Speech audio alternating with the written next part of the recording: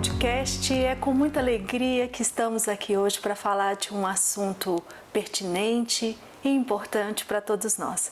Eu sou a Aline Helena, psicóloga, mãe, mediadora da relação entre o conhecimento e as pessoas, além de livre pensadora. Sou apaixonada por histórias reais que só podem ser ressignificadas pela palavra e pela escuta. E hoje o nosso podcast está imperdível. Vamos estar aqui com a nossa querida Andréia Marília. Bem-vinda, Andréia! Olá, ei, gente! Eu sou a Andréia Marília, trabalho aqui na Casa Amarela. Tenho uma satisfação enorme de participar dos eventos, das propostas que sou convidada, de ter ideias também. E a minha formação começa lá atrás, junto com a Aline. A gente fez a graduação junto. Foi mesmo. E logo depois eu não fui para a clínica, voltei para a clínica a partir do estudo, fiz a terapia cognitivo-comportamental ainda na PUC, onde me formei, e me apaixonei pela terapia do esquema logo depois. E são essas duas ferramentas que me auxiliam na travessia com os pacientes. E é um prazer estar aqui hoje. Ai, eu te agradeço pela sua presença. Principalmente para falar sobre um tema que eu amo, que são os adolescentes, né? E como que nós vamos enfrentar e ajudar os pais e os cuidadores a lidarem com esse desafio. O nosso desejo com a criação desse canal de comunicação é um bate-papo, uma conversa, os nós, os laços, os entrelaçamentos que perpassam nas relações afetivas, onde a gente vai trazer um pouquinho aqui de conhecimento científico, experiências vividas na clínica, para que a gente possa ajudar os pais, a nós mesmas, a pensarem e ressignificarem as nossas relações. Convido vocês também a participarem das nossas redes sociais, o @Instituto de Psicologia Médica. Lá na bio tem um link para você, ouvinte, que deseja estar conosco, com um grupo de WhatsApp, onde a gente apresenta pautas, textos, encaminhamos os links do podcast com assuntos relevantes relacionados ao desenvolvimento como um todo. E o nosso assunto hoje está imperdível.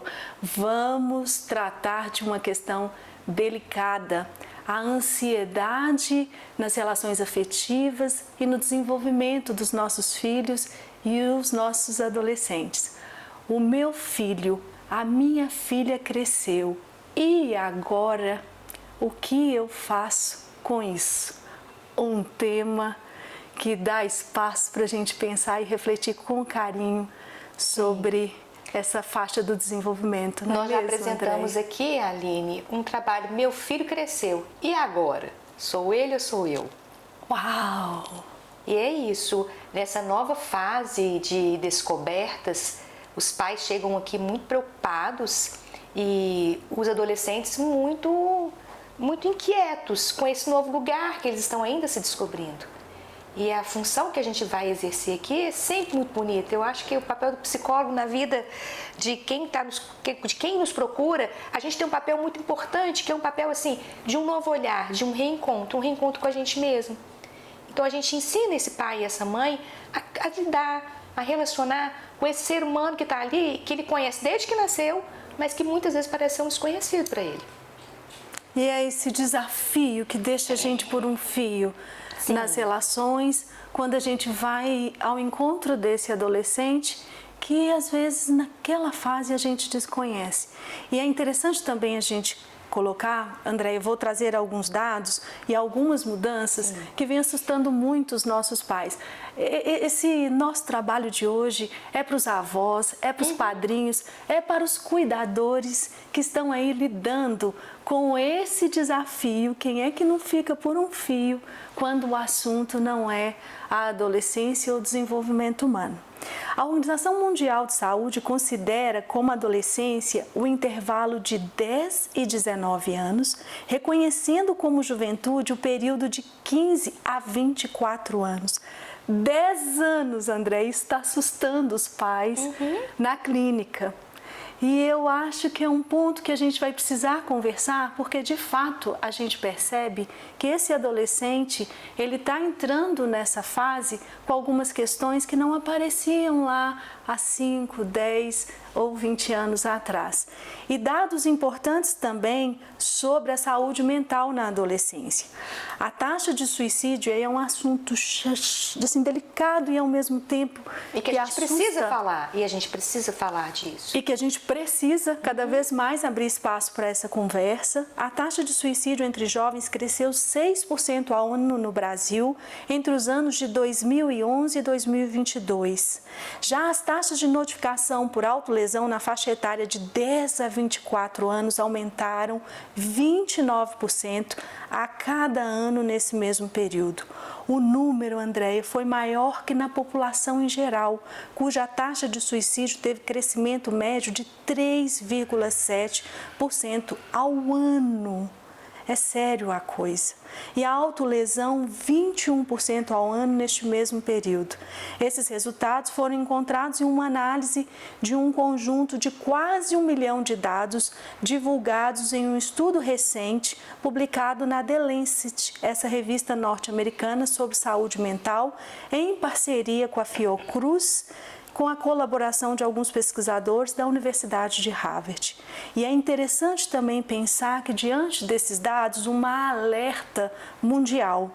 Todos os 194 estados membros da Organização Mundial de Saúde assinaram o Plano de Ação, olha que alívio, Andréia, um plano de ação integral de saúde mental de 2013 a 2030, que compromete com metas globais para transformar a saúde mental. Aconteceu um evento em 2022 em Genebra, onde a Organização Mundial de Saúde divulgou sua maior revisão mundial sobre saúde mental desde a virada do século. O trabalho detalhado fornece um plano para governos, acadêmicos, profissionais de saúde, sociedade civil e outros com a ambição de apoiar o mundo na transformação da saúde mental. Andréia, isso é de verdade, vai acontecer e é um tema que a gente vai precisar discutir, conversar e aplicar, porque eu acho que discutir a gente já discute. Sim, e quando você vai lendo, vai dando um aperto assim no coração, né? Mas eu sou do lado do otimismo, né? E eu vejo que maravilha, para onde que a gente está apontando, que lugar que a psicologia está alcançando. É isso, a gente precisa, é como se a gente estivesse sendo antecipado a uma situação para que a gente possa se preparar e hoje a gente está instrumentalizado para isso. Quando você leu aí sobre autoextermínio, sobre autolesão, são assim que os pacientes chegam, meus pacientes adolescentes chegam assim. E os pais chegam com eles absolutamente perdidos em como lidar. E eu gosto muito sempre de marcar, Aline, a pandemia, porque foi um momento de uma reclusão que a gente nunca experimentou. E uma explosão, né? Uma divisão de águas em relação à saúde mental, ansiedade, e a depressão. forma de se relacionar. Então, quando a gente está falando de adoecimento e a gente está falando especialmente nessa faixa etária, a gente tem que levar em consideração, por isso que a gente fez aquela pergunta no começo, e agora? Sou ele ou sou eu? Como que eu fui quando adolescente? Como que era importante as relações que eu mantinha, o grupo que eu estava inserido? E os adolescentes que estão nos acompanhando, que são nossos contemporâneos, perderam isso na pandemia. E foram para onde? Para o mundo virtual. Então eu falo com os pais assim, parece que está tudo seguro, porque ele está dentro de casa, ele está lá no quarto dele, mas eu não sei onde ele está acessando, eu não sei com quem ele está conversando, e a gente precisa estar atento a isso. Isso também foi um fato, assim, um fator de adoecimento, que é o desvinculamento das relações reais. Essas relações virtuais, elas ficaram preponderantes, elas foram as únicas possíveis. E mascararam muitos sintomas. Então, quando a gente teve a abertura do mundo novo aí, vamos de volta. E aí, como que nós vamos fazer? A gente teve uma recusa, não dou conta. Eu não quero que o outro me veja assim. O outro não gostará de mim da maneira como eu sou, da maneira como eu me vejo. Então, André, você está dizendo de um esvaziamento de pertencimento, né? Total. possível. Aonde vem a solidão Sim. Do grupo. E onde é possível esses lugares que são, essas relações que são maldosas, que são disfuncionais se estabelecerem. Eu sempre falo para os pais que chegam aqui, Aline, que eles chegam muito preocupados e eu valorizo muito essa coragem de trazer o filho aqui. Porque é uma oportunidade que ele está oferecendo para o filho que ele também não teve. Para lidar com as emoções. Para lidar com as sentimentos. emoções. Nós Sim. estamos vivendo um momento na psicologia que é uma oportunidade, é um privilégio. A gente está mudando a próxima geração. E impactamos, de fato, a próxima geração. Nós estamos fazendo isso. Sim. Quando eu tenho acesso às emoções, quando eu sou convidado, permitido a pensar o que eu estou sentindo, a falar sobre o que eu estou sentindo, a compreender que aquilo do outro não é meu, a saber que eu posso ir para um outro caminho, que eu preciso ser respeitado. Então, quando o pai chega aqui, eu já acho maravilhoso, eu já valido, mas a primeira coisa que eu gosto muito de falar, porque a gente fica muito nesse lugar de saber, eu sei o que seu filho precisa, eu sei qual o caminho ele deve trilhar, e eu sempre falo assim... Como se fosse uma receitinha mágica, E como se fosse uma receita. E aí eu falo sempre pro pai, é uma das primeiras coisas que eu falo, não tem ninguém que saiba mais sobre o seu filho do que você. Ai, maravilhoso. Você é doutora nesse menino e nessa menina. Esse menino e essa menina que hoje é adolescente, eles ainda existem. Agora a gente precisa se conectar com esse adolescente que está em formação. E entender o que desarranjou. Que às vezes é um ajuste, né, André? Exato. A comunicação é que falha. Sim. Acontece muito, nós vivemos numa época que a gente está muito ocupado. A gente está muito ocupado, o pai e a mãe estão muito ocupados, então o filho ele fica muito meio que à deriva às próprias emoções. Aí como que pode um pai e uma mãe que não está conectado com as emoções, que não se conectou com a emoção que teve lá na adolescência, entender o que está se passando com o filho? E repetimos, Andréia? Muito. Isso aparece muito também para você na clínica, né? É muito curioso porque talvez a intenção nem fosse essa. Mas o que acontece é uma mera repetição. Daquilo que eu vivi, que não trabalhei, não elaborei. Exatamente. E acaba que eu repito essa história. Sim. Nessa relação eu vejo sempre de duas maneiras, Aline. Nós vamos ter aqui pais que tiveram tudo e que oferecem para o filho por isso, por fazer parte da história deles. E vamos ter pais que não tiveram. E esses pais que não tiveram vão ter dificuldades também, vão querer passar para os filhos a dificuldade, então assim, não, eu não vou oferecer porque eu não tive. Ou então, eu vou dar tudo porque eu não tive nada. E nas três situações que eu aponto aqui, o que eu percebo é que nenhuma delas, quem está em evidência é o adolescente, é a própria história do pai e da mãe. O que esse adolescente precisa? Nós falamos muito sobre isso aqui, que os pais eles vêm muito atendendo desejos. Então, por assim, e as expectativas não sei por que ele está né? assim, não falta nada. Sim, ele estuda na melhor escola, ele tem acesso a todas as tem uma vida melhor que eu tive. Muito melhor. E são os desejos. E eu sempre devolvo a pergunta, qual é a necessidade que ele está tendo que não está sendo atendida? E André, você falou da necessidade que não está sendo atendida e vou trazer uma questão que aparece muito para a gente continuar esse diálogo que é imprescindível e valoroso demais. A adolescência pode também constituir um período de grandes turbulências. Sim. E para muitos, o aparecimento de alguns sintomas psicológicos e desta forma não conseguir realizar a transição da infância de forma satisfatória para a vida adulta.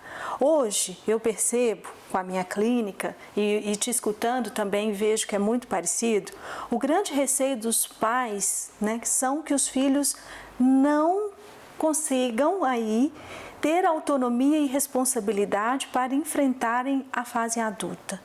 Como que a gente ajuda os pais e os cuidadores a lidarem com esse desafio? Porque é uma expectativa, uma demanda, um desejo de que o meu filho dê conta de ser bem-sucedido também naquilo que eu percebo que é sucesso. Como que a gente vai fazer esse movimento quando se pergunta, acho que essa pergunta sua é valiosíssima, qual a necessidade do meu filho que não está sendo atendida? Sim. Qual a expectativa que eu tenho sobre ele que é minha? E como que a gente transita nesse diálogo sem perder E, ao mesmo tempo, regular as emoções que vão vir diante das frustrações que a gente vai viver ao longo desse percurso. Como é que você vai pensando isso dentro da clínica? É sempre um desafio. Não tem, é um desafio porque é algo novo. Embora seja meu filho, é a primeira vez que eu estou sendo mãe de um adolescente de 14 anos, de 15 anos, de 16 anos, de 17 anos. E a pergunta tem que voltar sempre para o adolescente. Quando o pai e a mãe me perguntam ou me procuram, eu sempre falo, essa demanda é dele? Por exemplo, ele fica muito no quarto, porque é isso que chega. Meu filho fica muito no quarto, não interage, não quer mais ir. O quarto é bagunçado. Ou não quer mais ir. Queixa, isso, né? O quarto é bagunçado, é uma queixa. Ele não quer mais ir aos almoços da casa da vovó no domingo. Tá, essa geralmente chega assim. Aí, como que é pra ele isso? Vocês já conversaram sobre isso? Ou é sempre, porque antes, quando é pequenininho, arruma e vai. Vamos, hoje é na vovó. Responde, né? Hoje é na a missa. esse lugar. Aí ele vai crescendo, ele vai começando a questionar. Não, mas eu não gosto de ficar tanto tempo assim. Eu não acho tão legal.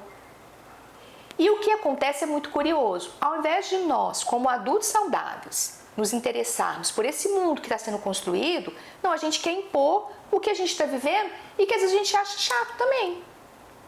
E que às vezes a gente também não está tão satisfeito, que a gente faz mais pelo ser algo automático, por ser algo que faz parte. Um padrão repetitivo. Um padrão, mas no que não faz, nem tem tanto sentido. Então, muitas vezes, os adolescentes eles vão apontar algumas frestas.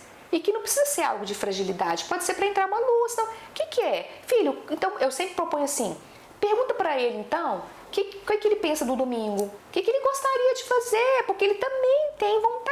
É um sujeito ativo ali, não uma pessoa. Ele está se constituindo. Sim, então, sim. assim, é claro que a nossa herança irá, genética, cultural, vai acompanhar, vai alcançá-lo. Mas ele está sendo formado e ele também vai ter as vontades, desejos, identificações dele. E a gente precisa aprender a respeitar. Então, eu acho que a primeira palavra que eu trabalho, Aline, é respeito. O que tem que ser um valor dentro da relação, né, Andréia? Isso, exatamente. Acho que uma coisa que perde porque as é aquela famílias. fase que os meninos falam assim, mas meu pai está me falando isso, mas ele não faz. Sim. A minha mãe está me falando isso, mas não faz. E aparece como na clínica? Entrou no meu quarto e não bateu na porta. Entrou e interrompeu. Eu estava conversando com uma pessoa, ela foi lá e falou que nada que eu estava falando era aquilo, eu tinha importância. Então, é quando eu falo assim, desacelera, para, conversa, tenha 10 minutos de qualidade com seu filho. Porque às vezes as pessoas não almoçam juntas, as pessoas não jantam juntas, não fazem nenhum tipo de atividade, porque é todo mundo muito ocupado, inclusive a criança e o adolescente.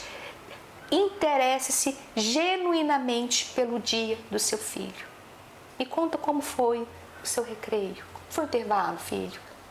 O que você sentiu? Porque o interessar também não é só de uma repetição de pergunta. E não é uma pergunta para ver uma onde resposta não tem fechada. uma presença, né? E não ouvir uma resposta fechada. Então, assim, interesse-se pela vida do filho. Por exemplo, filho, você não falou dessa semana do João.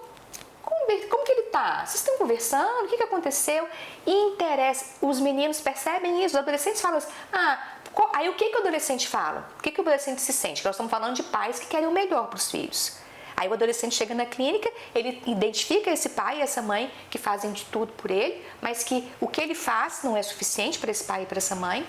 Então tem sempre uma insatisfação? O adolescente uma se queixa? sente, então, fracassado, incompetente, mal amado, feio, desinteressante. Pouco importante. Pouco importante. Mas por que ele pensa tudo? Porque nada que ele faz é interessante. Porque do jeito que você está fazendo, você não vai acontecer nada na sua vida. Se você não fizer isso, não vai dar certo aquilo. Então, as crenças começam a ser constituídas. E o nosso trabalho aqui vai ser o quê? De não deixar que elas cristalizem. E aí vai voltar para o pai, não tem jeito. O processo é do adolescente. Então, eu sempre, essa demanda é sua, mãe? Mas tem que ser dele. Porque se não for dele, não tem como eu trabalhar no consultório. Então, e quando que vira a demanda dele? Quando ele fala isso, traz um prejuízo para mim. Eu identifico, não, realmente, tô jogando um joguinho que eu fiquei 8 horas jogando um joguinho, Andréia. Eu falei assim, 8 horas é muito, como é que nós vamos fazer? Interessante essa implicação, né? Sim. Como é que vamos fazer? Sim. Como é que eu posso ajudar você, filho e filha, a lidar com isso? Sim. Quando você traz isso, me vem aqui muito a questão do olhar, né, Andréia? Sim.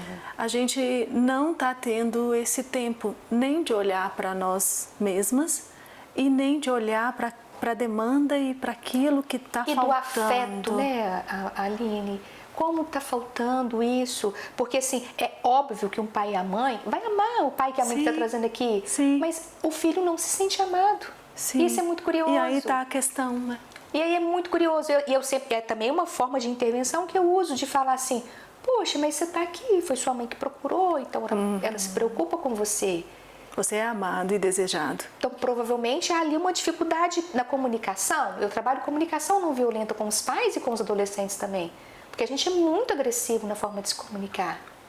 E eles começam a mudar e falam, até que sim, importa um pouco, mas a maneira como fala comigo, a maneira como me cobra, não me respeita. Então, é um ajuste que a gente vai fazer. E é um ajuste que a gente faz respaldado numa ciência. Eu preciso compreender como que a mente humana funciona. Qual é essa estrutura mental que está ali operando para que eu não seja ali uma vítima? Eu tenho que ser autor daquela história. Não posso estar ali como vivendo por viver. Eu falo isso, não. O resultado que você quer está acontecendo hoje. O que você está fazendo? André, você disse aí autor, protagonismo, e acho que a gente precisa resgatar um pouco. Sim. O protagonismo é quando eu olho para a minha história e vejo de onde eu parti. E vejo também esse contexto de onde tudo começou, o que eu recebi, a herança dos meus pais, os valores, os princípios. Às vezes sinto as famílias um pouco assim perdidas e aí dentro do consultório eu viro e falo, mas quais são os valores? Os seus filhos sabem, por exemplo, que respeito é um valor? Que honestidade é um valor, lealdade. E o Marshall, na comunicação não violenta, ele traz um ponto importantíssimo, né, da autocompaixão, que é você legitimar. A gente só consegue legitimar o que o outro está sentindo. Esse lugar do sentimento vem daquilo que é muito subjetivo. Colocar-se no lugar do outro é legitimar. Eu não consigo ir lá sentir a sua dor. Dor é algo único e subjetivo, né? Eu posso aqui machucar o meu pé ao sair da sala e me machucar e vida seguir. Você pode parar e ter que ir para o hospital porque a dor foi maior. Então, quando a gente consegue ver esse lugar desse filho e legitimar e passar os valores e os princípios, é por esse caminho que essa comunicação assertiva e essa conexão vai acontecendo ao longo do percurso? É por aí que a gente vai construindo um ser humano de valor. Quando você estava falando de sentir dor, algo que a gente presencia na clínica também, é um cuidado do pai e da mãe para que o filho não sinta dor, para que o filho não sinta angústia. E como que vai crescer sem dor? Não tem jeito. Não tem. Não tem. Isso mesmo. Então com o adolescente, é o adolescente, o pai e a mãe, é o adolescente, o pai e a mãe. Porque às vezes muitas questões são dos pais. A adolescência dos pais foi uma adolescência difícil. A história de família, de vida dos pais foi difícil. E sem perceber, e quando eles percebem isso, eles mudam. Eles percebem, não, então eu posso fazer diferente. E quando eles entendem e quando eles se apresentam como vulneráveis para os filhos também, que eu falo, olha, que tal falar então para o filho que eu não sei como fazer? E tá tudo certo, aprender junto, né? Tudo bem. Eu não tenho essa resposta, filho, que você está esperando de mim. Quando eu faço isso, eu mostro para o adolescente ali que meu pai também tem dificuldades. Porque aí eu começo a colocar o adolescente num lugar de uma zona de tranquilidade, que eu posso falar para meus pais as minhas dificuldades também. E aí ele se sente seguro, né? Para poder falar que eu também não sei. Porque às vezes o pai sabe tudo, o pai dá conta de tudo. Porque também chega assim, eu nunca vou ter o que meu pai tem. E esse pai é inalcançável, né, André? Sim, eu nunca vou ser. Aí quando o pai fala assim, olha, eu não tenho essa resposta. Isso que você está me pedindo, eu posso pensar, mas imediatamente eu não sei o que te falar. Mas a gente não é treinado para isso. E os adolescentes, eles estão em formação. Então, eu estou saindo lá de uma infância que é conduzida, que meu filho faz, eu escolho as roupas do bebê.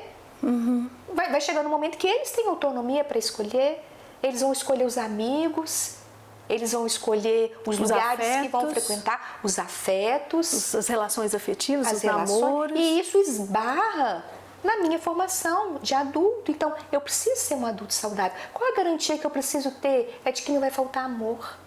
Eu sempre falo isso, olha, pode vir raiva, pode vir decepção, ódio, mas o amor, que é aquela linha que está ligando ali, ela é tênue, mas ela está ali. Esse fio condutor. Né? Eu sei, e é ele que me possibilita alçar voos. É essa garantia que eu tenho, que é invisível.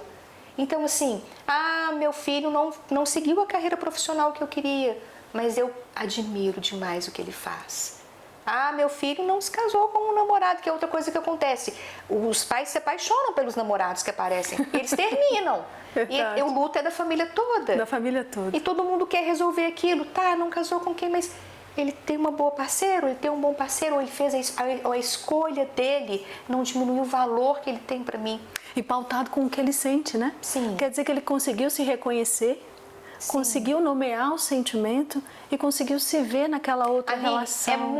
É muito bonito quando acontece isso com os pais. Quando os pais chegam tão distanciados na terapia do filho, muito distanciados, e ao final da terapia, os pais estão admirando os filhos.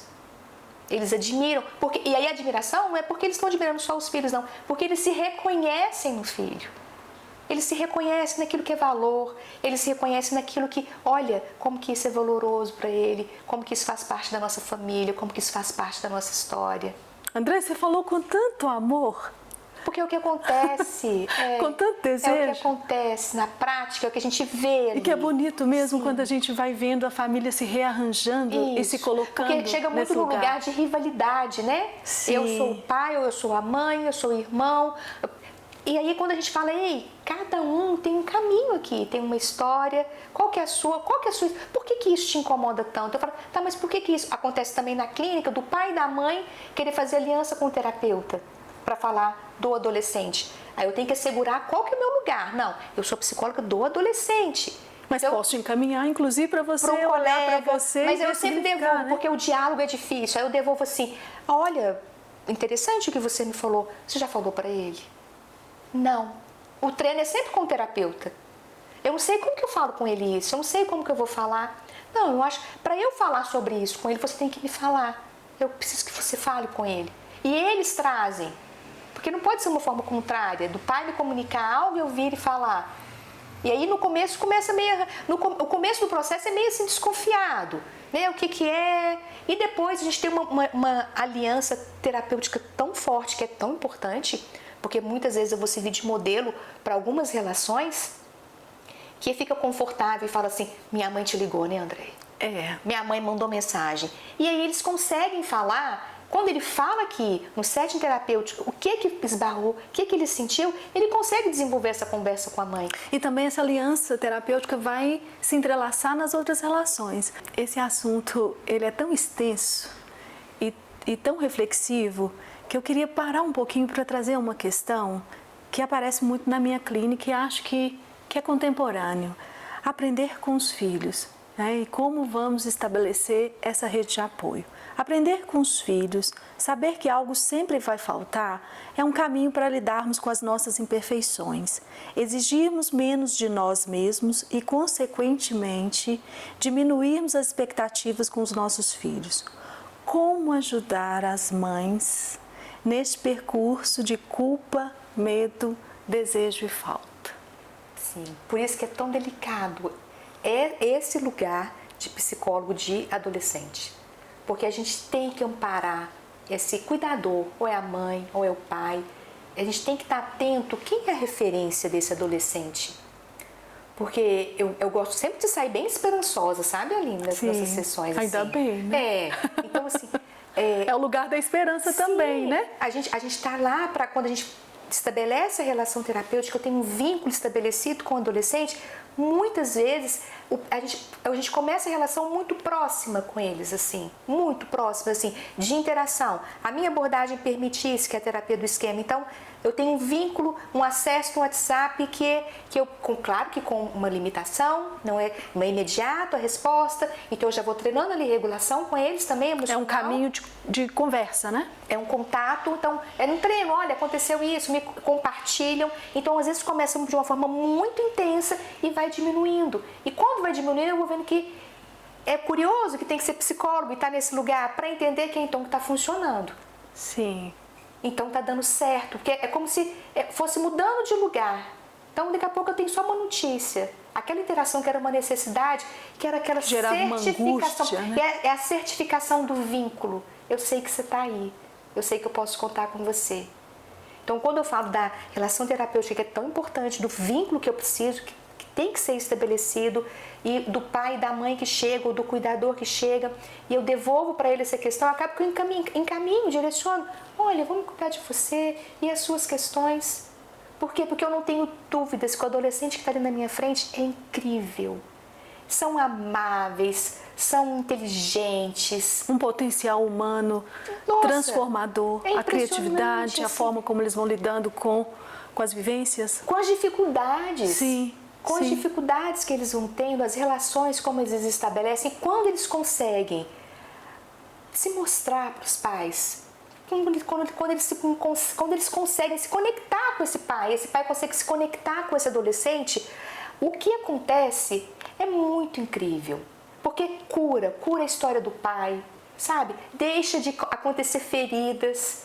Eu percebo muito isso, o processo terapêutico é para isso. Não vamos criar uma ferida aqui. Mas isso é seu ou é dele? Ah, não, é meu. Então você que tem que tratar. Essa história é sua, não é dele. Qual que é a história dele? O que ele está constituindo? O que ele está precisando? Ah, não, mas eu estou dando tudo. Não, mas ele não quer que você dê tudo. Não é isso que ele precisa. Ele precisa que você fale não. Eu já falei para a mãe de paciente, estabeleça um limite com afeto não vai atender. Ali. Não atenda. Não posso. Não posso. Não dou conta. Vou dar um retorno depois. Sim. Porque não é tudo. Não é isso que ele está te pedindo. Não é essa necessidade emocional que ele precisa ser suprida ali. É a necessidade emocional de limite, por exemplo. No adolescente e o não isso. é organizador. Na adolescência isso acontece. Sim, Andréia. Eu preciso do não. E acontece uma coisa curiosa também, porque os pais, Aline, eles preparam os filhos, meus filhos estão preparados, mas eles esquecem que são adolescentes. Eles não têm maturação cerebral para isso. Lembrando desses 24 anos. Então eu brinco sempre assim com os pais. Olha, a adolescência não é até 18, não. Até 25, hein? Maturação cerebral. Vamos pegar um livro aqui. E esse sim, eu uso esse livro também com os meus pacientes. Fica aí uma dica, né, de leitura e de estudo. Importante, porque como eu falo de comunicação não violenta, eu gosto sempre, porque, aliás, é a minha primeira sessão com o adolescente, porque eles chegam ressabiados, assim. Claro que não todos, mas alguns. É a primeira conversa que eu tenho. Sabe como é que funciona seu cérebro? Como é que regula a amígdala? E aí eles ficam curiosos, o hipocampo? Assim, e eles ficam assim, como? E aí, a partir da teoria, é que eu vou para a prática com eles. Então eu apresento, olha, a gente tem um funcionamento, e sabe por que o pai e a mãe tem que estar aqui? Por que o pai e a mãe que olham o que a gente tem que fazer? É porque a gente precisa de um adulto para fazer isso pela gente. Até 25 anos, você está com 15, 16, vai precisar. Bom saber que vai precisar. E bom para o pai saber que ele precisa.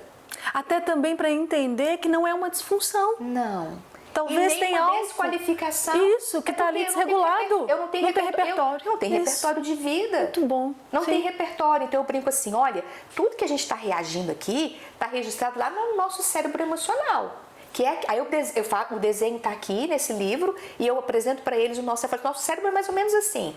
A parte que a gente reage, que é o que todo mundo... Aí eu falo a sua mãe, a sua avó. É essa aqui, ó. Que é o nosso sistema límbico. Aqui está a nossa hipófise, aqui está a amígdala. Todo o nosso registro antes da linguagem, tive medo, tive raiva, fiquei com dúvida, vai estar registrado aqui. A nossa campainha emocional. Só depois que a gente vai ter o desenvolvimento do nosso córtex pré-frontal aqui. É o último a desenvolver. Por isso os 24 anos, né, André? E o primeiro que começa a envelhecer também. Sim. Olha como que as coisas vão fazendo sentido, como que a gente conhecer como que a gente funciona. A gente tem mais tolerância para lidar com dificuldades que são pertinentes. Então, assim, André, então não tem maturidade? Não, preciso olhar o intercâmbio. Não, mãe, preciso olhar com você. E essa paciência desse processo e essa maturação. Quando você diz aí da memória, o filme Divertidamente, que está em alta. Que a gente tem que falar sobre ele. Falar também. sobre ele para os pais que não assistiram, tarefa terapêutica, porque ali está dizendo dessas emoções e as memórias. É uma oportunidade para os pais conversarem com os filhos. A partir de corte dos filmes, eu tenho certeza que vocês vão acessar conteúdos. E olhar para nós. Conteúdos que os filhos não trouxeram. Sim. Por quê? Porque ali foi uma forma tão linda de uma metáfora, eles colocaram de forma tão científica, de uma forma tão aprazível, uma metáfora linda de como que as emoções funcionam. Então, e as memórias, né? Porque elas são... E as crenças. Porque eu falo assim, quem que tá te falando isso? Que voz é essa? E quando eu falo assim de não cristalizar, essa é a oportunidade que a gente está oferecendo para o adolescente. Não acredite em tudo que você pensa. Olha que importante. Eu falo isso pro pai e mãe. Pai, você falou isso para ele? Ele falou, eu falei. Ele disse isso. E André, como que os cuidadores entram nesse lugar de rede de apoio? Você trouxe aí o Divertidamente, acho que a gente precisava de um outro podcast para falar, mas está aí a nossa intenção de colocar, entender que a memória ou ela é marcada pelo afeto ou pela dor. A gente precisa estar com esses elementos ampliados também na nossa maneira de pensar, até para a gente poder olhar para nós e ver quais as memórias que a gente tem de afeto, quais as memórias que a gente teve de dor. Mas como que os cuidadores, tios, pais, padrinhos, porque é uma rede, principalmente a figura paterna, né? ou quem substitui, porque aí a gente vai ampliar isso. Como que eles entram nessa relação para ajudar as famílias, as pessoas que eles amam, a regular essas emoções que vão necessitar desse movimento para chegar nesse potencial de criatividade que o Daniel está dizendo aqui, esse potencial transformador, coragem. Pensa, o adolescente é corajoso. Sim. Ele está ali o tempo todo tentando entregar o melhor dele. E como que vamos, né, ao longo desse percurso, ajudá-los a construir esse potencial humano de excelência. Excelência porque é daquilo que eu tenho de dentro para fora. Todos nós temos. Eu acho que essa pergunta que você faz é interessante, Aline, porque eu acho que ela nos coloca num lugar, nos implica. Sim. Ela nos implica, assim, qual é a sua parte nessa história também? Qual a parte que falta, né? Qual que é a sua parte ali?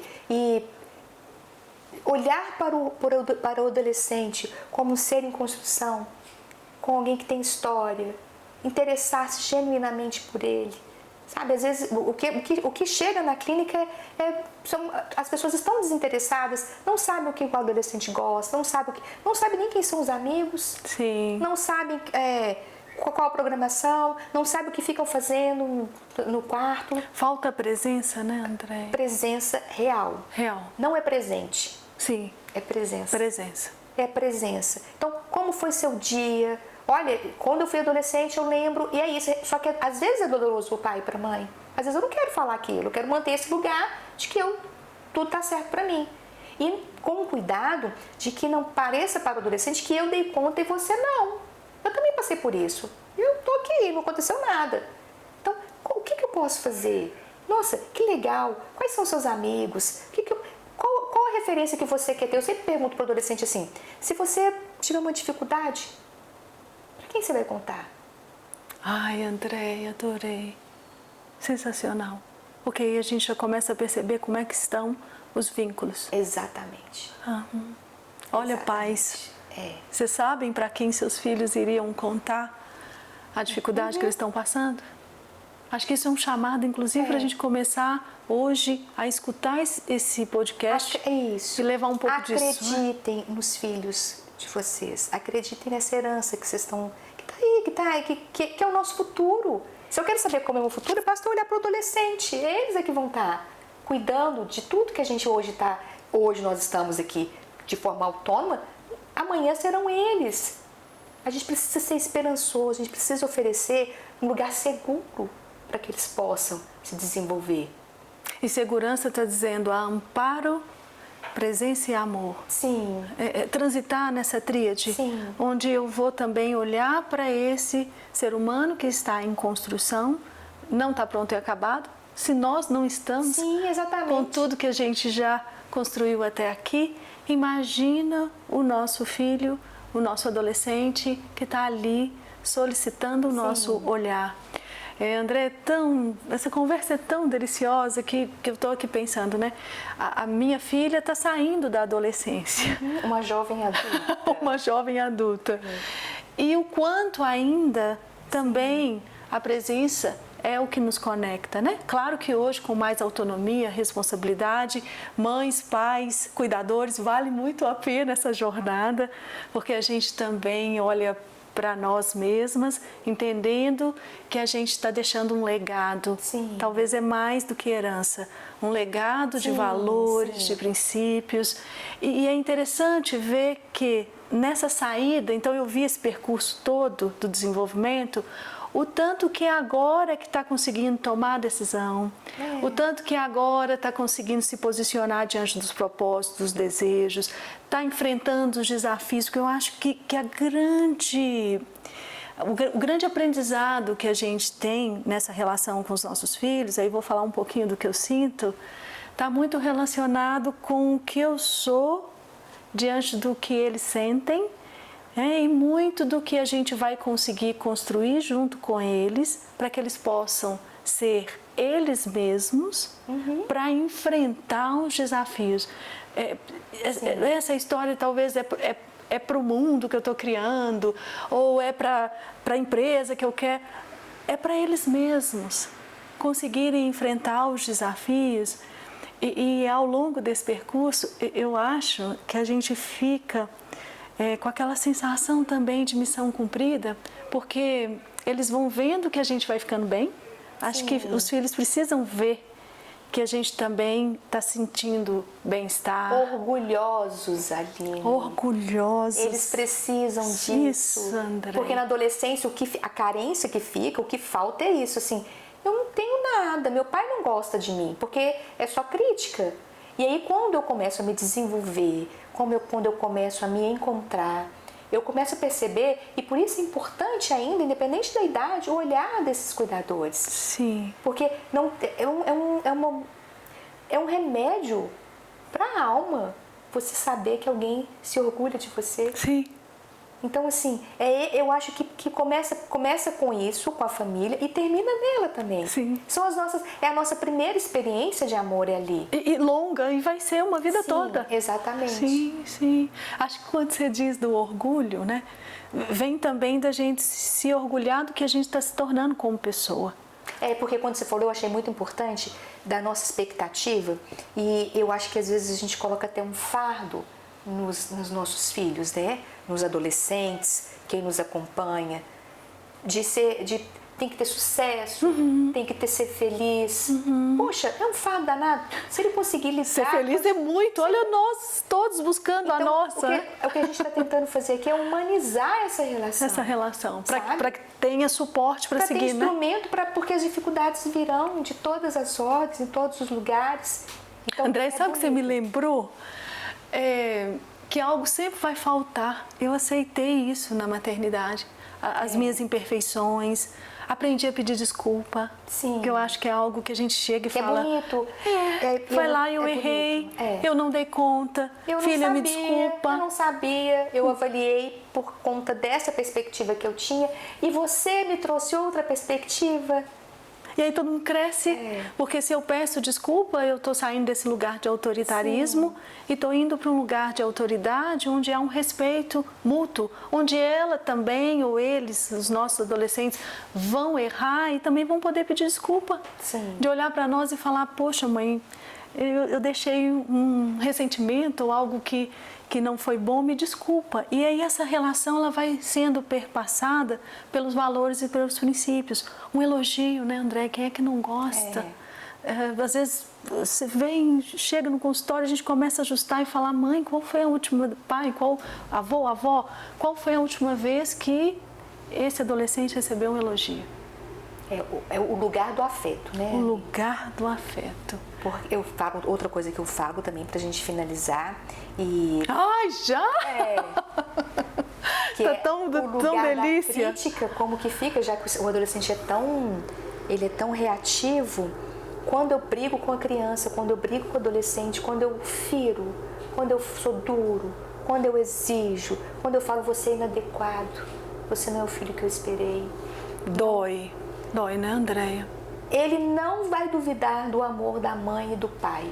Ele vai duvidar de si mesmo, da capacidade que ele tem de viver uma vida plena. E aí é o perigo, né? Essa é a nossa responsabilidade. Sim. Então sim. essa é a nossa responsabilidade, Sim. de fazer diferença na vida de alguém que vai fazer diferença na nossa vida. É um sistema que se retroalimenta.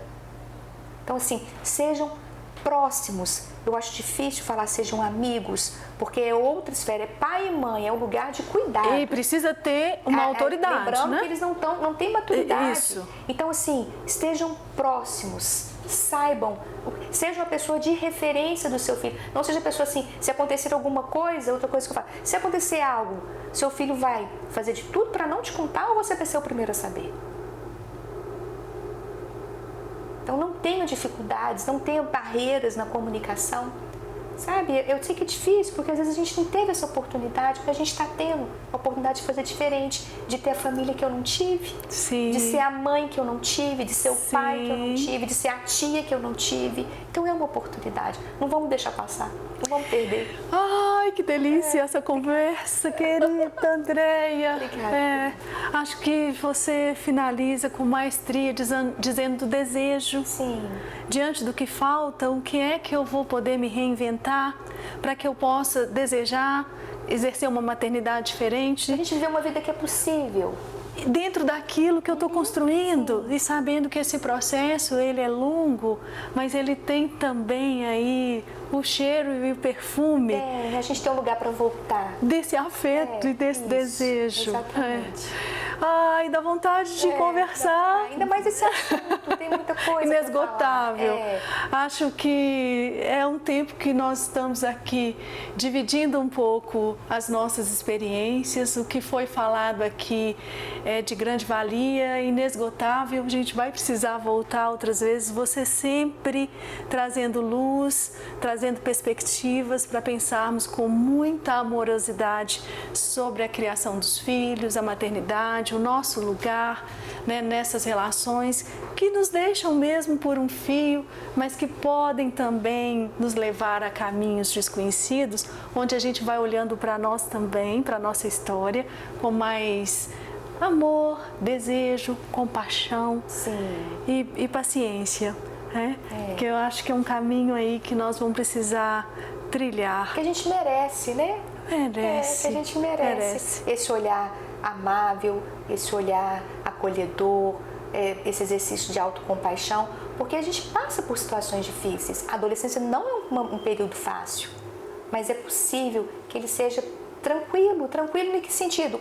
Vai ter as características saudáveis, do adolescente, né, André? mas que mostra até que está saudável. Sim. Olha, então tá saudável. Sim. A nossa proposta aqui não era esgotar o tema, que eu acho que não tem como, Não. mas eu acho que é de provocar, né? É de trazer esse pai e essa mãe para o lugar que eles têm de tão especiais. Vocês são muito especiais para os filhos de vocês, muito especiais. Então é só a gente lembrar assim da importância que a nossa mãe e o nosso pai têm na nossa vida. E o tanto que a gente tem essa memória afetiva, que ela nos acompanha até nas tomadas de decisões, né? Andréia, você disse isso, né? O quão é especial e o tanto que é forte. Retomando essa fala no início, né, desse papo delicioso, assim, como que temos o poder de impactar a próxima geração. Sim, não tem dúvida disso. Está nas nossas mãos. Então, acho que a gente tem um lugar aí valiosíssimo e que estamos aqui de peito aberto para conversar, para dialogar. É um assunto que vamos falar mais dele. E quero convidar todos os ouvintes a estarem conosco nas redes sociais, a conhecer a Casa Amarela, o Instituto de Psicologia Médica, que é um lugar que abraça, que é meu, que é seu, que é nosso e que faz toda a diferença quando vocês estão aqui conosco, nos reconhecendo também e nos colocando nesse lugar de caminharmos juntas, né? Com as famílias. Eu agradeço a sua presença, valiosa presença e a admiração que eu tenho por você. É uma pessoa querida que já está aí na minha trajetória de vida há mais de 15 anos e que faz toda a diferença. Também fico feliz. É uma oportunidade sempre estar aqui. Eu falo que a Casa Amarela é tão bonita porque ela tem histórias bonitas que passam por aqui, né? Então é muito bonita a gente testemunhar, a gente ser autora de algumas, a gente ser personagens em outras, mas a gente está aqui de braços abertos. Venham conhecer a Casa Amarela, ela é maravilhosa, ela é linda e é nossa. É o nosso lugar seguro, é um convite para os pais, não percam essa oportunidade de transformar a próxima geração da sua família. Olha que bonito. E obrigada mais uma vez, vocês que estiveram conosco até esse momento. Até breve e aguardamos vocês no próximo. Até breve. Até lá. Tchau, tchau. Tchau, tchau.